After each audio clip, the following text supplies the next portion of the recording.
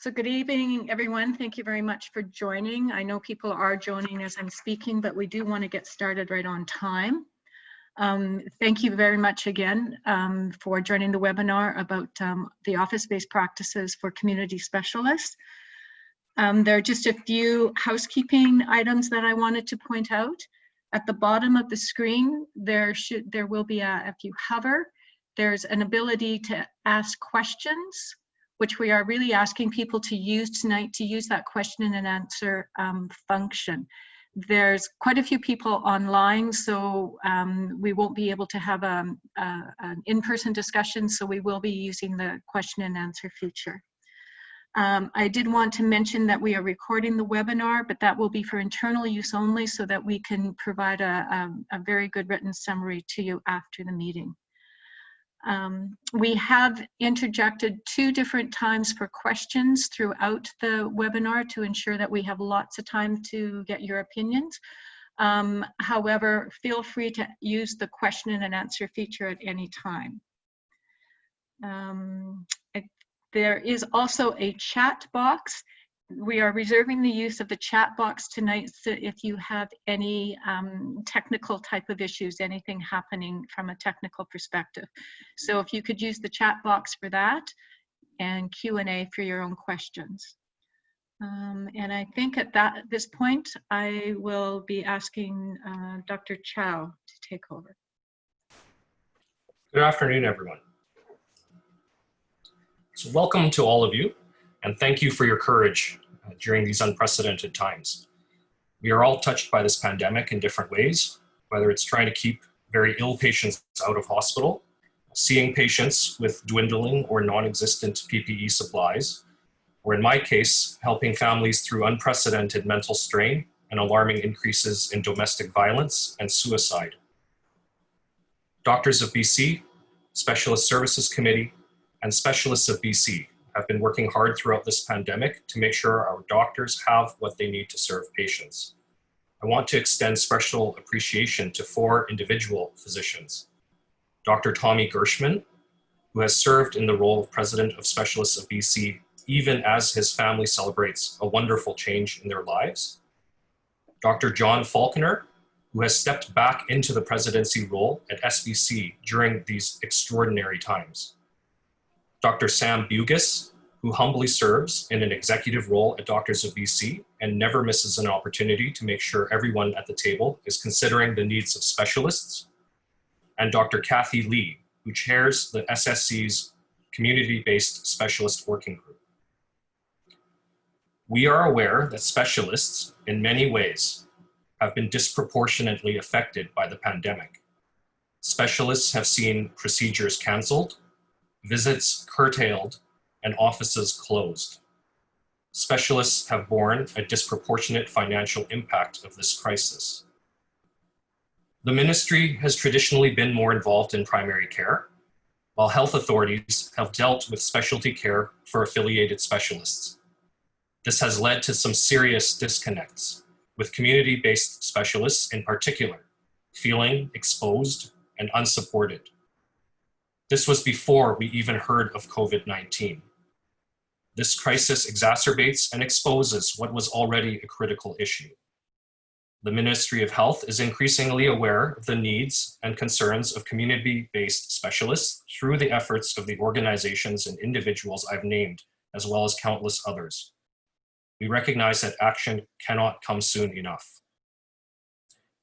We have all heard from Premier Horgan that BC will gradually reopen its economy.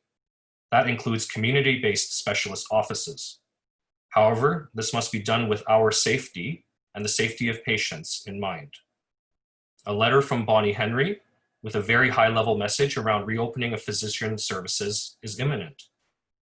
The email will information package from the college that will provide guidance to doctors as they increase inpatient visits. It will also include a new BC CDC document on infection control. The goal is to get out this information this afternoon, but as people can probably see in their inboxes, we may have to wait until tomorrow due to delays in sign-off of some materials. Today, we'll share what we do know, We'll hear from our guests from the College of Physicians and Surgeons of BC. And most importantly, we'll hear from you about your experiences and challenges as a section head and community specialist, so that we are best able to advocate for you and your patients, and to support you in planning for the gradual ramping up of in-person care in your offices.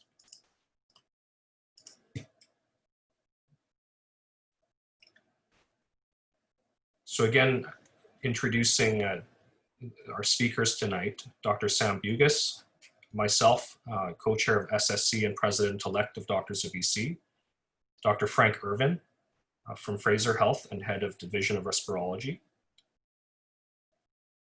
and our guests from the College of Physicians and Surgeons of BC, Dr. Heidi Oder, Registrar and CEO, and Dr. Derek Puddester, Deputy Registrar.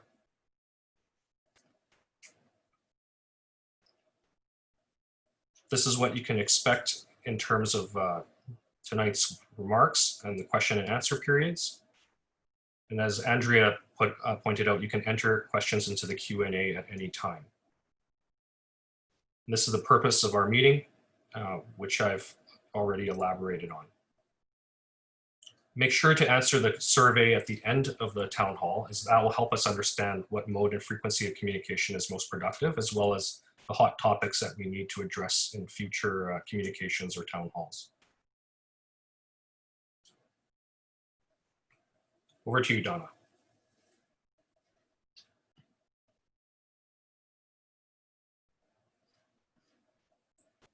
So, thank you. I wanted to thank everyone who took the time to speak with me individually, as well as those that compiled the survey that was sent out just about a week ago. We really appreciate your thoughts and the thoughtfulness that you put into those answers and discussions. One aspect that became very clear is that there is a need for improvement pertaining to the dissemination of information. Just over 50% of you indicated that they had been receiving no information, especially in regard to PPE, but in the larger COVID and your practice issues as well. For those that were receiving information, the most sought or the most common form was coming through your health authorities. You're also getting some information from ourselves at Doctors of BC, a little bit from the ministry, and some from the specialists at BC as well. When we asked you about access to PPE, we found, as we expected, a huge range, both in the quantity that you have in offices, as well as what actual product that you have in offices. The range was from absolutely nothing to having enough of everything to last several weeks, if not a month or two. So again, huge, huge range across the province. We also were curious about whether you'd had any success in your usual ordering patterns. 75% of you indicated that you had made efforts to order from your usual supply company. And again, a variance of responses where there were some people receiving the entirety of their order, some received nothing, and some received partial. So again, a very highly variable. When it comes to whether or not there were alternate suppliers that you had reached out to, there really aren't any. People had gone to their health authorities and or to their hospitals directly, but there were no other processes in place, which also is something that we were anticipating to hear. We did have very, very good representation from 11 different specialties and 5 out of 6 health authorities. So I think we can say that the information is quite provincial in nature. Where we did receive very, very strong response, in fact, 100% of you indicated that future town halls would be of key importance to you. There were some very, very wonderful suggestions as to what topics would be of benefit to you, and what we've done is put those into a thematic compilation that's included in the survey that Dr. Chow had just mentioned. So Dr. Chow, back to you. Yeah, so actually I just noticed we've been through the slide already, so maybe we can just advance past this one. And the next one.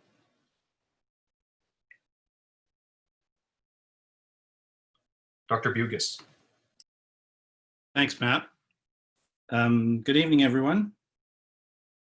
Like everywhere in the world, you can leave the uphill slide up, please. Like everywhere in the world, the issue of PPE has been an uphill struggle.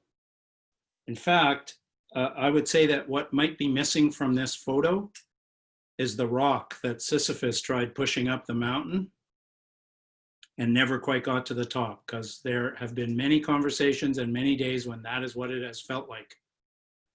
Now, whether we were in Hades when we were trying to do that, like he was, I'm not sure, but it felt even like that some days. So unfortunately, a lot of what I'm going to say probably falls into the category of misery loves company. At the same time, I would say there is a little bit of light at the end of the tunnel. Despite all these frustrations, advocacy has really never stopped from the day that this crisis began, and it has included PPE and just about every other aspect of the crisis. Just to expand a little bit on Matt's comments about the approach to this, there's no question that at the beginning of the crisis, there was a group of our colleagues that had the attention of the Ministry of Health and from whom the ministry needed help. And they did get some attention. The trick of advocacy is you have to know when and how hard to emphasize the correct syllable. And right now, I think we have some timing in our favor because, as Matt said, the government definitely is realizing that the impact, financial and overall in practice, has perhaps disproportionately affected specialists. And really what I can say about that is that there are conversations going on regarding that right now. And we hope that some good options for supporting the infrastructure and the capacity in the system for which the group of people that are at this meeting and many of our colleagues are responsible for will happen. So getting back to PPE, can go to the next slide, please.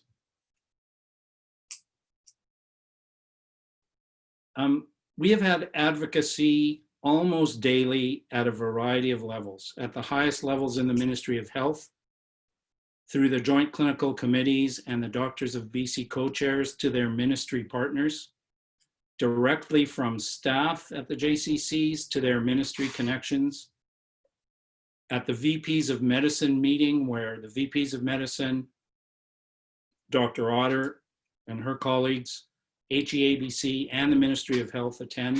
In all of those places, the issues around PPE, supply, distribution, access have all been raised. When this started, it seemed like we were in this pretty much the same boat as everywhere else. Did we have enough stuff? Did anyone know if we had enough stuff?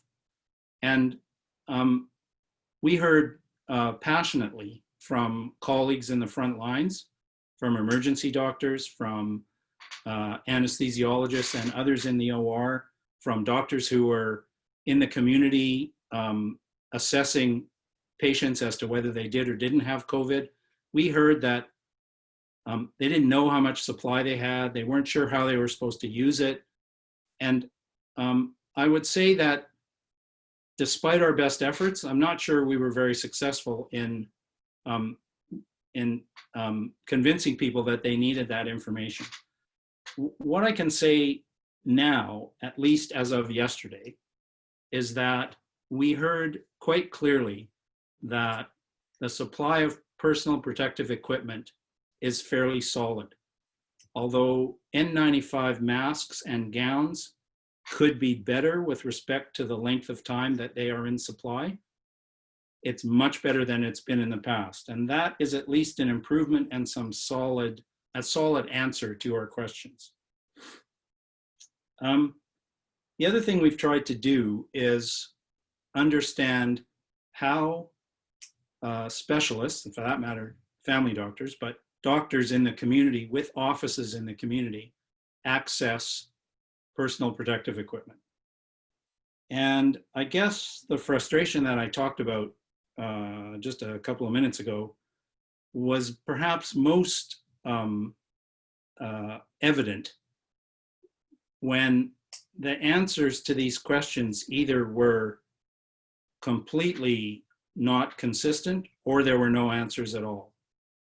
I am somewhat satisfied to say that a couple of days ago, after literally weeks of trying, we obtained contact information provided by each health authority where physicians with offices in the community could make their requests. Now, I do have to say that one health authority didn't have specific information, so we provided a general email address that they use for doctors to contact them regarding engagement and other things. We heard fairly quickly that after that email address got pretty busy, that they'd be working on giving us a specific and more directed process for that health authority. So I hope that happens. Unfortunately, despite having that contact information, and despite hearing from a few specialists who have said, hey, you know, that actually worked. I filled out the form, I got some stuff. We've unfortunately already had more anecdotes, more reports that they're not providing PPE unless you have an office on a health authority site. Now, I will say that we've not heard from every health authority, and I will also say that there are a couple of health authorities where the process beyond the email address that we provided looks like it's pretty well thought out. And I've not heard from those places. So I'm hoping that there has been some success. I wish I could say it's been across the board. It hasn't. And one of the reasons we've brought you all here is to let you know where we're at on this and to please let us know your experience so that we can relay it forward. I'll just say one more thing, and that is, as well as needing the equipment, I think there's a lot of people who maybe aren't as familiar with gowns and gloves and masks and all that as some of us are, who want some guidelines about how to use it, when to use it, how much do you need, how do we keep our staff safe, all of those things. I think we're probably going to get into some of that when we talk about the office-related issues.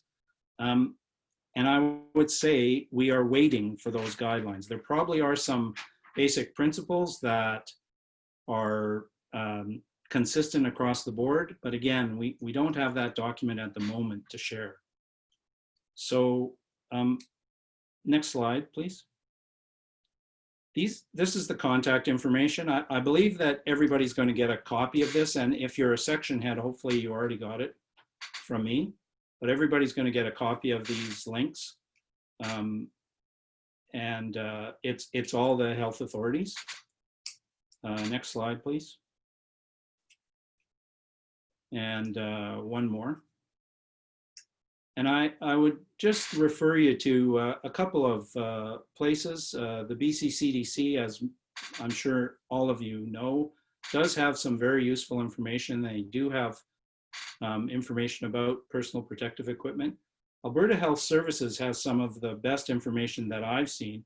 And I don't know if this is the link, but I'm sure if you go to this, you'll find the link to a video that actually has some instruction about donning and doffing. And again, for people who aren't as familiar, and even for those of us who are familiar, I never really have had a problem for a long time putting on personal protective equipment in the OR, but I have to tell you that I learned quite a lot about how you're supposed to take it off when I watched this video. So when you have time, and when you will be seeing some patients who probably require that you will be donning, you should be learning how to doff as well.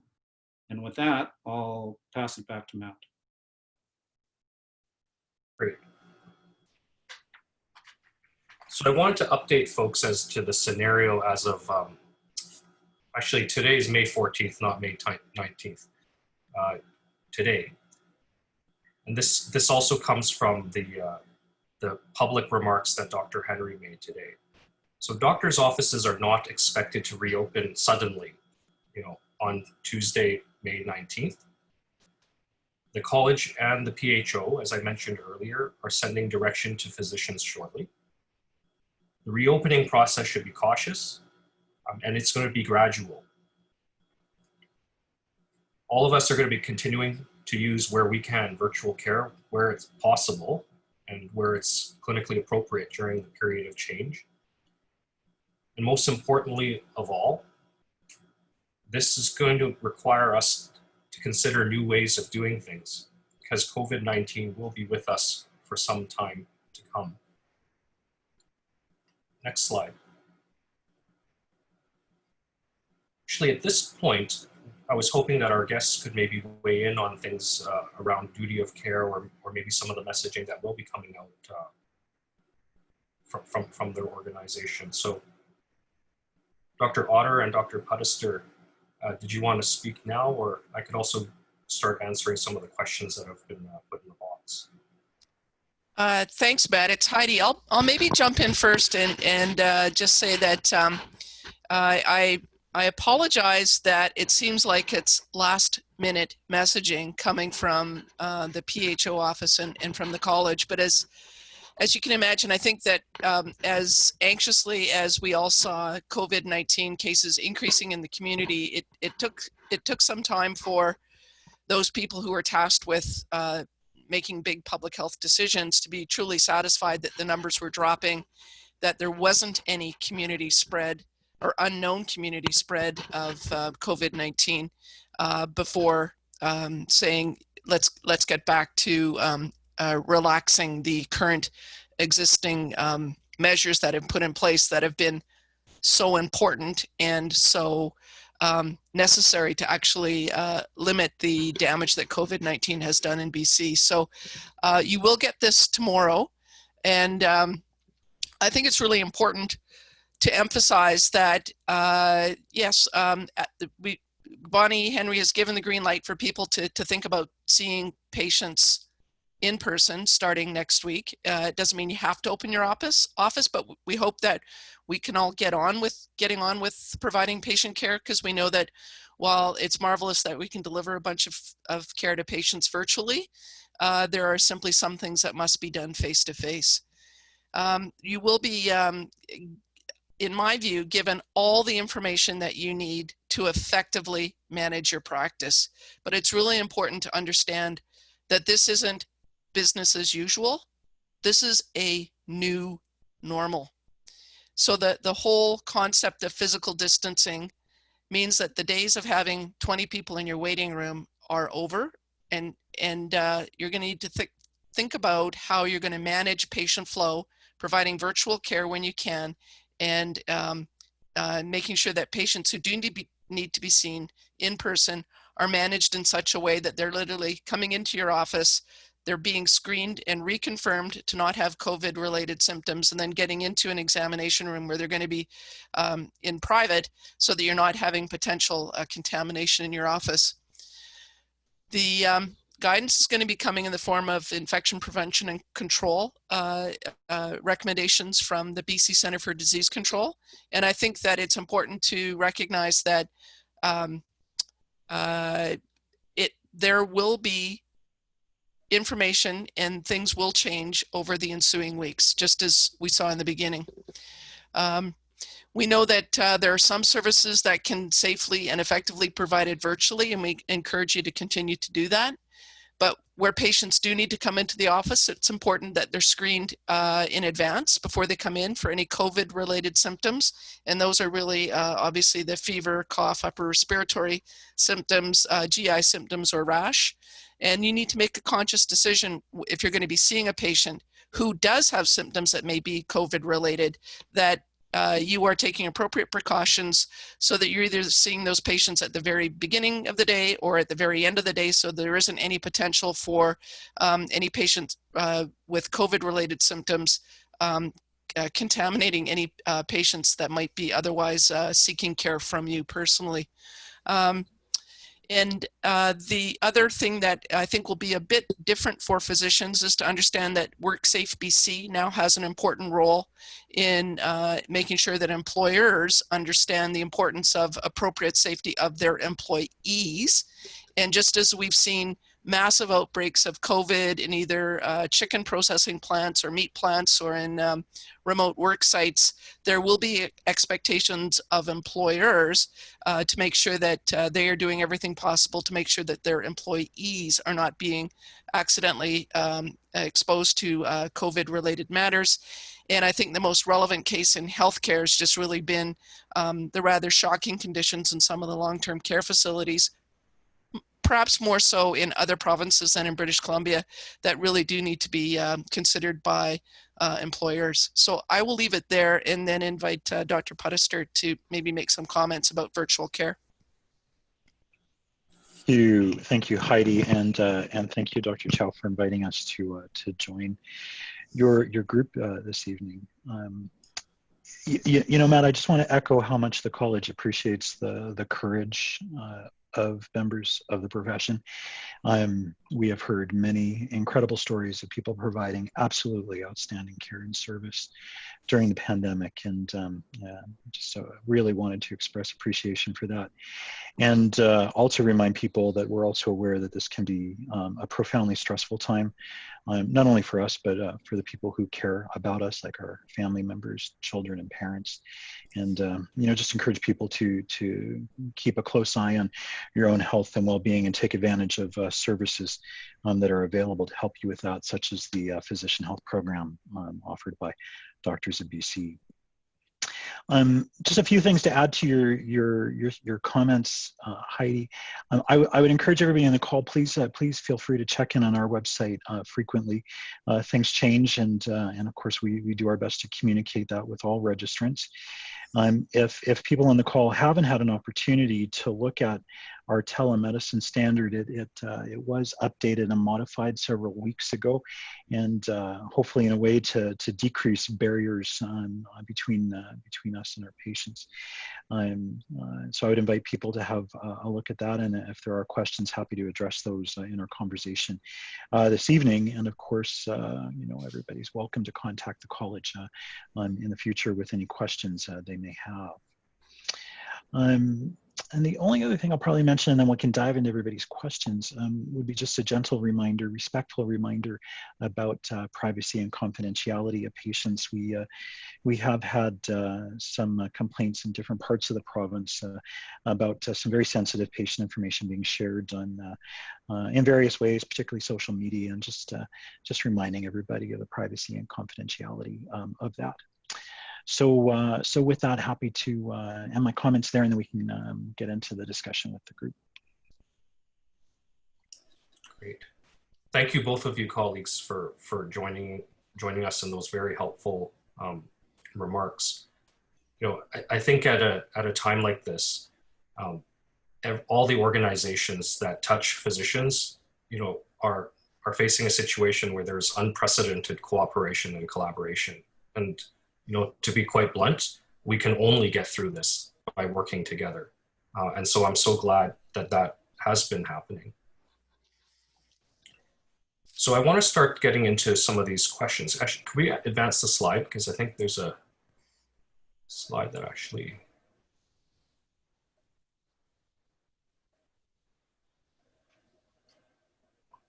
All right, okay. I feel I can't answer questions unless there's actually a slide that says I'm permitted to do so. So I'll start going through these. There's a couple I think that I can take care of right off the bat. Dr. Ferris had a couple of comments about the province having the most direct access to PPE, and I couldn't agree more, especially as the province has enacted emergency legislation to control the supply chain or as best as it can. So I think you've heard today that the health authorities do and have committed to supporting and providing community clinics with PPE during the pandemic. The difficulty lies, and this addresses Dr. Torabi's comment, and I'm very unfortunately aware of these situations where people have sought PPE through the central supply, through the correct channels, and have been rejected. My understanding specifically with the Vancouver coastal situation is that they are very much aware of that. They have expressed an intent to assist specialists, but they are still working out their process. So what I'm encouraging people right now in Vancouver coastal is to continue making requests to the place that we indicated, and letting us know basically how you're faring with those requests. Some people actually have been able to get some, but unfortunately many have not. So we need to hear about that. Fraser Health, I believe a colleague has indicated, has actually been doing quite well with that, and people have been getting their supplies. Dr. Hartle, I believe, has indicated that Fraser Health is doing a great job that way. Matt, can I make a comment about Dr. Ferris's question? So Dwight, this has been part of the frustration as far as the chain. We've been told for weeks now that the province gave the responsibility for personal protective equipment to PHSA, and PHSA was going to be distributing it to the health authorities. At each health authority, there is an emergency operations committee where we were told that doctors would go from the community to get their supplies. Unfortunately, that has been very inconsistently followed. And when we asked directly the VPs of medicine, there was a real inconsistency across the board about, oh, who do you call, and is that in fact the case? And although I'm happy to see that there are some regions where it looks like some of that's getting sorted out, it definitely hasn't been sorted out across the board. And I'll just, Matt, if I may, I'll just move to Dr. Kay's comment about, are the health authorities responsible or obliged? Please. I don't know if they're obliged to provide community offices with PPE, but they certainly, from what I've been told, are the ones who are responsible. The trick and the challenge seems to be getting the equipment from them to the offices. And all I can say is we're just going to keep asking the question and keep letting people know that in some places it's working, letting the health authorities know that in some places it's working and in some places it isn't. Okay, thanks, Matt.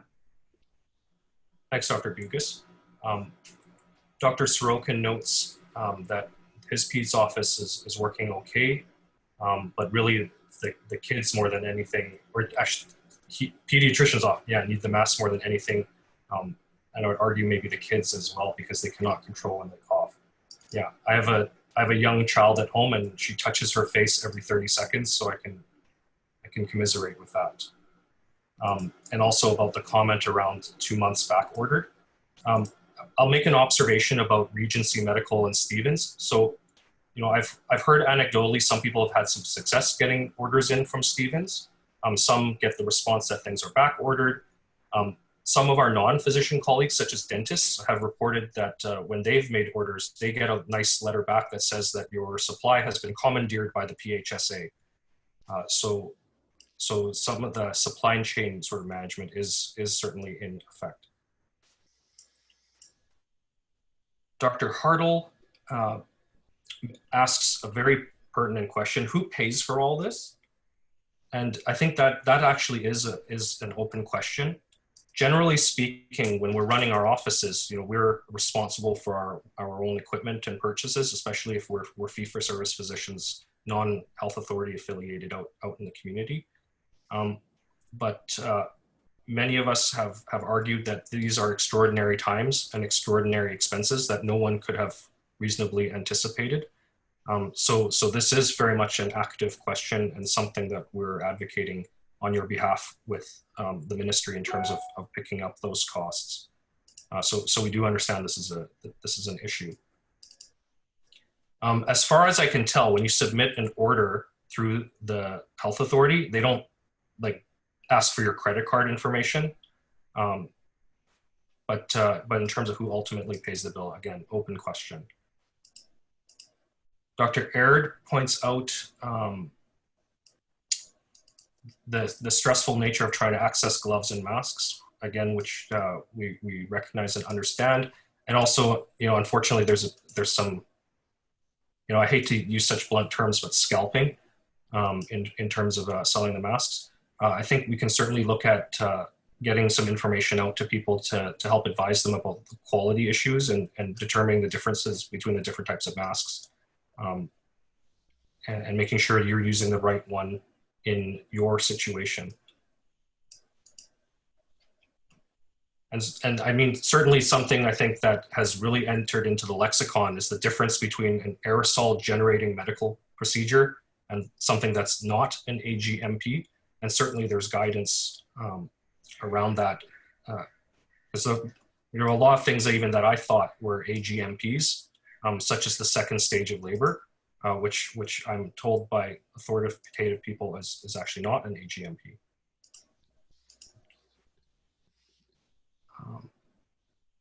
Dr. McLeod makes a comment about access to basic labs and imaging, and yeah, I couldn't agree more. Even as a psychiatrist, I can say that yes, basic labs and imaging are absolutely an essential part of our care. And Matt, the opening of labs and imaging, and for that matter, offices of non-surgical care providers, is all part of the surgical renewal. And ministry and everybody realizes that we can't ramp up scheduled surgery unless we have our colleagues to help look after the patients and labs and imaging to support the care. So that's supposed to be part of the renewal. I'm not exactly sure how it's happening, but it's on the radar. Great. So Dr. Kendler asks about reimbursing virtual consults. Is that going to continue? And yeah, again, this is an issue that the ministry and doctors of BC, and I think all partners, quite frankly, are very alive to. And already discussions have started about cataloging all the good things, because there are some silver linings to this pandemic, and so we're trying to catalog those so that the good outcomes, the good changes that have happened, the long delayed changes that have now been accelerated and come to fruition may continue after the pandemic. So yeah, so just know that that's certainly on our radar. Matt, I can tell you Matt, the patients certainly like it. Yeah, Matt, it's Heidi. Could I maybe add a bit of a comment to that? I can't say no to the registrar of the college. Well, actually, you can. And trust me, people have said a lot worse. But I think it's a golden opportunity for the profession to pivot from virtual care versus face-to-face care and say, how are physicians, everybody, how are you going to be incorporating virtual care into your face-to-face care in a way that's patient-centered, and it's really about a customer service and a focus to that. Now that patients have had a taste of it, I don't think they're going to go back. And I would argue, if you look at any high-performing healthcare system in the world, they use both virtual and face-to-face care. And in fact, it's how you can actually get more care services out the door. And knowing that there are going to be capacity issues because of the physical distancing that's going to be necessary, this is just it's a great opportunity for bright, smart people to figure out how to do it right and be patient-centered and optimize patient flow in a way that makes sense. And I sure hope the ministry continues to reimburse for virtual care, because it's simply the right thing to do. And if I might speculate, Heidi, I think the public demand is going to be so strong and so great that it will be an irresistible pressure. Yeah. And just from a college perspective, we know that providers who are virtual care only is not ideal. I mean, it can work in some situations because one and done is probably enough. but really, most people's care needs are not one and done. They're often complex. They require follow-up, they require investigation, they may require procedure, whatever, right? So it's really that integration of virtual care into everybody's care plans, and then using face-to-face care when you need to, that I think is just a golden opportunity for the profession to really improve the quality and capacity to provide care to their patients. It's funny, here's an anecdote. My wife's actually been waiting to see a dermatologist for more than 9 months. And she suddenly got a call the other week, and the dermatologist can see her tomorrow. And she's going to email some photos of the area to the dermatologist. I mean, this is bingo. we live in strange times. Dr. Faber, I think you've asked a couple of questions, but I'll address the first one here about struggling to get access to their family physician for referrals or referrals. So yes, this is something I serve on the Medical Service Commission. We're very alive to this. And we're receiving some guidance from MSP around referrals and re-referrals and the 6-month rule. So we're working on that to try to facilitate it so that people can get access to their specialist and not have fettered access due to some of these rules. And the tariff committee has, if they haven't yet, they will very shortly be putting together a working group to re-examine the whole issue of re-referrals and address the issues that are of concern to both family doctors and specialists. So it's happening. We're also aware of some special and vulnerable populations that are particularly affected by the pandemic. In my case, I'm thinking about people like street entrenched youth, people with severe substance use, people that are homeless, and certainly the struggle for them to get into a GP's office is quite substantial. So yeah, if you're aware of any other particular population groups or concerns or people that are not able to get into a specialist because of the referral rules, please do let us know. Dr. Kendler asked a question about, and actually I'm going to open this up to my colleagues on the panel. Why is it that chiropractors and massage therapists can open with guidelines and non-COVID risk specialists have little information as to how to open practices? Does someone want to try to take a stab at that one? Sure, it's Heidi. I'm surprised because I've had Dr. Henry look at everything I'm about to say, and the sign-off is just kind of occurring as we're speaking. So if the chiropractors and massage therapists have been given guidance, it's probably been from their college, I'm guessing, or maybe their association. I don't know. I really want to reiterate that at the college, we are not public health experts. We need the guidance from the public health officer and the people at the BC Centre for Disease Control to tell us, to tell the registrants of the province how to open up their practice. So we are simply taking the instructions and expectations from the learned bodies and repackaging into information to the registrant. So I apologize that it's just in time, but if other organizations have provided guidance, it's because they've done it on their own. And I'm not surprised, because at some point when there's a vacuum, people will kind of do their own thing. But again, we aren't the experts. We've been waiting patiently for that expert advice, and you look for your email hopefully by lunchtime tomorrow. Great. Thanks, Heidi. Dr. K asks, has MSP been approached to provide a stipend for community-based physicians to cover the increased cost of PPE? So yeah, so I sort of partially addressed this issue earlier. So we are doing some advocacy around that because there's different ways to crack this nut.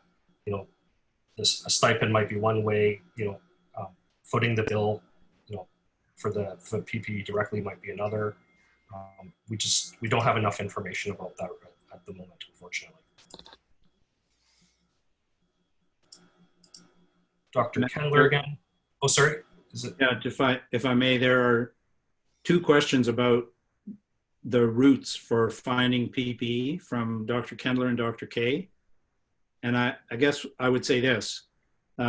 At the moment, I think the best we have is the contact information that was provided to us in each health authority that I sent out to section heads.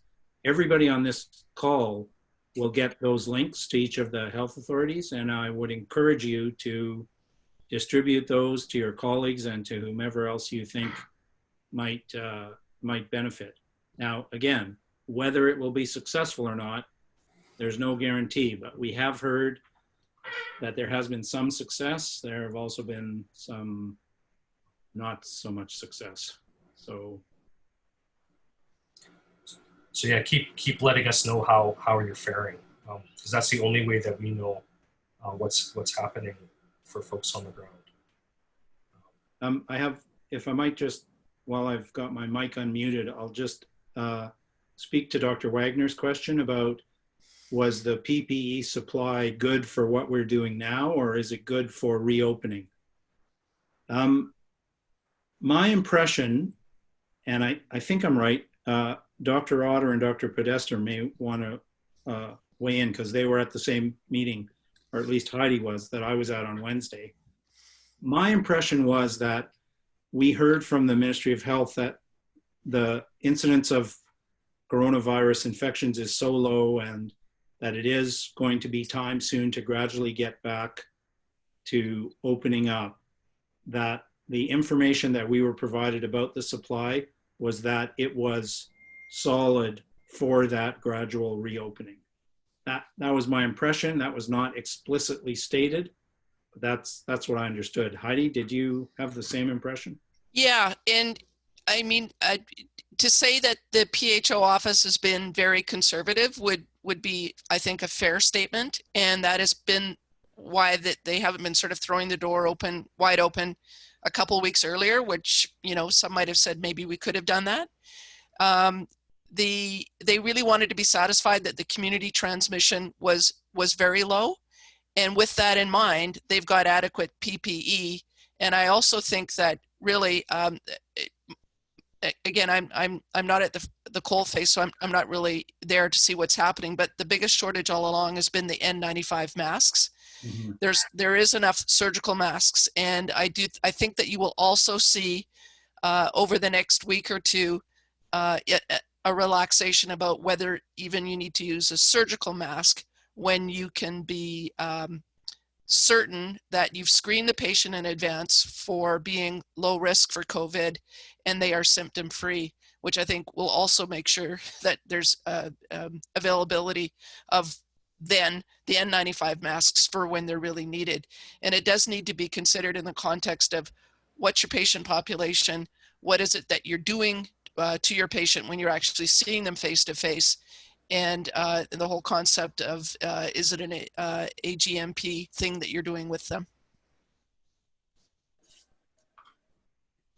Great, thank you. Matt, I'll take one more if it's okay. Oh, I was really hoping you would take Dr. Younger's question, actually. Yeah, that's the one I'm going to take because I seem to be very good at answering without actually having an answer. Alistair, thanks for your comments. This issue was actually raised several weeks ago, and apparently there was some activity in a hospital where some doctors felt they should be wearing full hazmat suits. I am not an expert at all on these activities, but they also quoted some international literature, and I am going to guess that it's the same references that you are alluding to.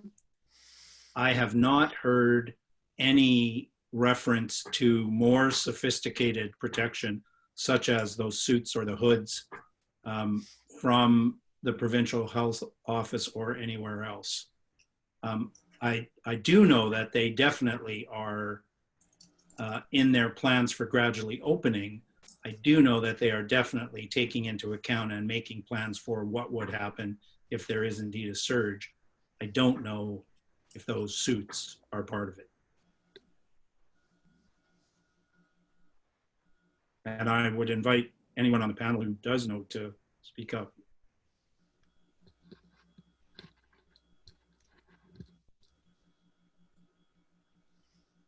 I'll take that as a pass. I'm just noticing the time, we're at 6:49, and we have Frank, that's Dr. Irvin, that still wants to comment about the pop-up clinic in Ridge Meadows. So what I might do is just quickly address Dr. Johnston's question and concern. And yes, we are very aware that not all specialties are suited to provide, a majority or even a minority of their care via virtual. And this is something that we are certainly representing to the Ministry of Health and certainly the people at the ministry that have been on the surgical file are aware of this. And so we are in some sensitive discussions about how to address this. Just Tommy Gershman here. I just wanted to add to that comment. So I'm a pediatric rheumatologist and until recently was the president of Specialists of BC.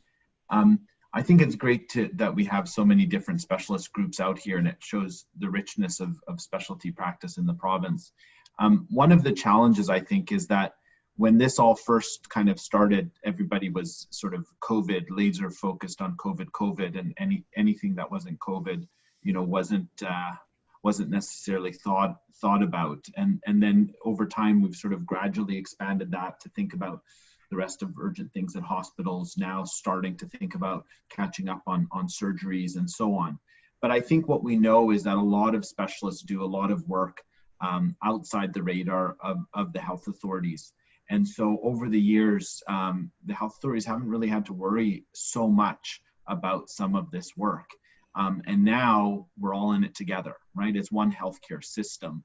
And I think this is really an opportunity for all specialists especially those who work in the community, but even those who work in the hospital that discharge to the community or rely on colleagues in the community, to come together and say, this is one healthcare system, and we all have to look out for each other so that we can look out for our patients and help put it on the radar, because these are patients that matter, the endocrinologist patient, the rheumatology patient, the pediatric patient, all of these different patients who may never touch the hospital or health authority, but have really chronic and complex healthcare needs and require a specialist to get their healthcare. So I think it's great that we have this opportunity to talk about these types of things. This is Derek. I just wanted to really agree with that. Last week, Dr. Otter and I met with almost 1,000 primary care providers across the province talking about similar themes, and that same spirit and sentiment was loud and clear. So the opportunity to really do some coming together is strong. Perhaps in line with that great quote, never let a good crisis go to waste. Thanks for that. So I want to get to Frank, whose comments are already going to be pretty significantly curtailed. We'll keep a record of all the remaining questions, some of which I think we could probably address pretty quickly, even via email. And then others are actually just, I think, feedback to us as an organization or organizations about what we need to advocate for. So I very much appreciate people sharing that with me. I also noticed that there's a disproportionate number of pediatric and psychiatric professionals on the call. So I guess this is part of our takeover of the world. So maybe next, if we could advance the slides to Frank. Thanks, Matt. This is certainly one way of making sure I don't get too verbose in my presentation, as I usually do. But good evening, fellow specialists and Heidi and others. I am aging in place here in Maple Ridge, practicing respirology, and given my age, initially I was quite concerned about my personal risk practicing in the COVID area as a respirologist, seeing patients who have many symptoms that could be COVID related as part of their usual presentation in respirology, respiratory medicine. So I was happy to practice virtually and happy to do so, and thought I was doing quite well until I had quite an unfortunate adverse outcome for one of my patients who I'd seen in follow-up, who actually died the next day. And I thought to myself, could that outcome have been different had I seen that patient in person, even though I tried to make arrangements for that to happen on a timely basis. So this certainly prompted showed me that there was a need for that in-person care, and virtual care, as Dr. Otter was saying, is certainly not enough to satisfy the needs of our patients. So I knew I needed help.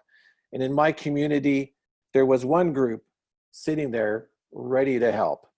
And that was the Division of Family Practice of Maple Ridge and Pitt Meadows. They reacted very quickly to meet the practice needs of their physician population to react to COVID, and did it in many ways, in many well-organized ways. And one of the many well-thought-out responses to COVID was the opening of a pop-up clinic to facilitate in-person care during the period of uncertainty. Now, related to COVID. Now, this clinic provided the physical space, scrubs for the practitioner, PPE, a professional cleaning service that cleaned the examining rooms between patients, and a bring your own computer type of VHR access via Wi-Fi. All that is great, but guess what? They invited the specialists in the community to use the service as if it was their own. And that led to some thoughts that I had in relation to what we could do in the future in terms of providing care. So could you go to the next slide? I hope that going forward, all of us attending this meeting and our colleagues will have many good ideas about the provision of care in new and innovative ways. And as someone mentioned, that this is as Matt mentioned, this is a silver lining, I think, for the practice of medicine going forward. I have a quality improvement background, and I think what I'm seeing is quality improvement taking place all the time around us in relation to COVID. So the idea that, as Tommy said, we have to have an open arms approach of cooperation among all parties, not just specialists and GPs, that's great, but also with health authorities and our regulatory bodies. I also sit on the diagnostic accreditation program of the college, and we're working to try and set standards for testing, and pulmonary function testing is quite problematic in this setting of COVID. So the idea that you could reach into a general practitioner's office, as we did in the pop-up clinic, and book time to see patients in their exam rooms, I thought that was an amazing idea. Maybe that could be spread. And the idea of adopting virtual care as part of routine practice, I mean, I saw that in person there when I visited Anchorage, Alaska, to see the NUCA system of care. Works very, very well for primary care, but is problematic for many specialties, as we have just heard. So could the clinic space where you actually see patients, could that be shared among specialists so that perhaps you could have a well-equipped television studio-like setup for virtual care, but perhaps you don't need as many in-person facilities for some of the cognitive type specialists like internal medicine and respirologists. And this concept of hybrid visits, where you do a lot of your work, a lot of your history taking and your triage work virtually, and then see the patients in person. Well, as respirologists, I think we have to see almost everybody in person, certainly new patients, but follow-up patients we can almost always see virtually. So those are just some of the ideas prompted by this. And I just wanted to say a really, really big thank you for the Maple Ridge and Pitt Meadows Division of Family Practice. They stood out, I think, in the province in terms of what they did and how cooperative and really embracing they were in terms of their response to COVID. Just amazing. That clinic that they sponsored with GPSC funds cost them about $25,000 a month.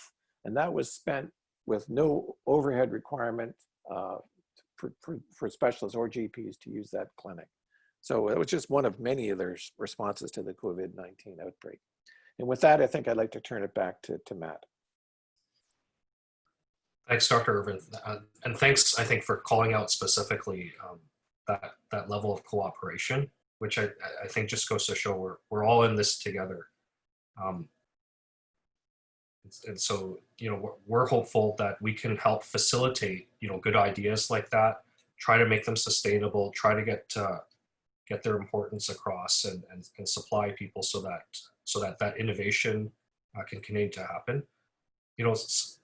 A word about medical leadership. Medical leadership isn't just the people that have the word president in their title or registrar in their title. Medical leadership during this pandemic is all of you, because all of you are actually leaders within your community.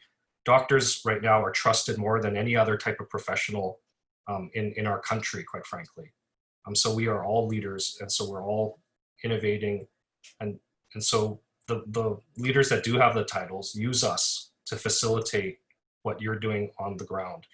Give us that feedback. Let us know when things are working and when they're not, and when things are, you know, when there is fantastic collaboration, as Frank pointed out, please do let us know about it. So Donna, I think you had some comments then about what's happening next after this. Yes, the final slide really reflects. We'll work very hard to get minutes and work with Dr. Chow and Bugis, Dr. Irving, potentially Dr. Otter as well, for any questions that were unable to be answered, just because we are very, very close to the 7 p.m. end. But at the same time, really asking you, because we do know there's a number of topics that we touched on today that probably need a more fulsome discussion. So if you could just let us know what those would be, and we'll try to prioritize them and endeavor to get more of these events set up for you. So I think we can, it is by my clock 7 on the dot. So thank everybody for participating. Amazing information provided. Stay safe. Great. Any final comments from any of the panelists?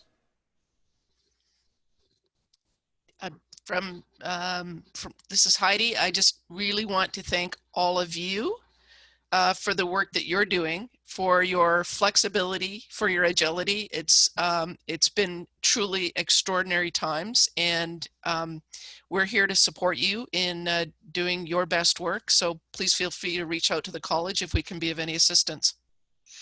And this is Derek. I just echo that as we hear all the bells and pots and pans banging in the background. Really just want to emphasize our appreciation for your hard work, and don't be shy. If you have any questions, reach out to us. And a triple echo from me, and thanks everybody for taking the time late in the day to attend. Yeah, and thanks very much. It's great. Thanks for asking me to be a panelist, and I've never been prouder to be a physician and to be part of a healthcare system that we have here in British Columbia. It's truly amazing, and I'm so proud to be so proud and happy to be a British Columbian, period, given what our provincial response has been to this pandemic. Good evening to you all.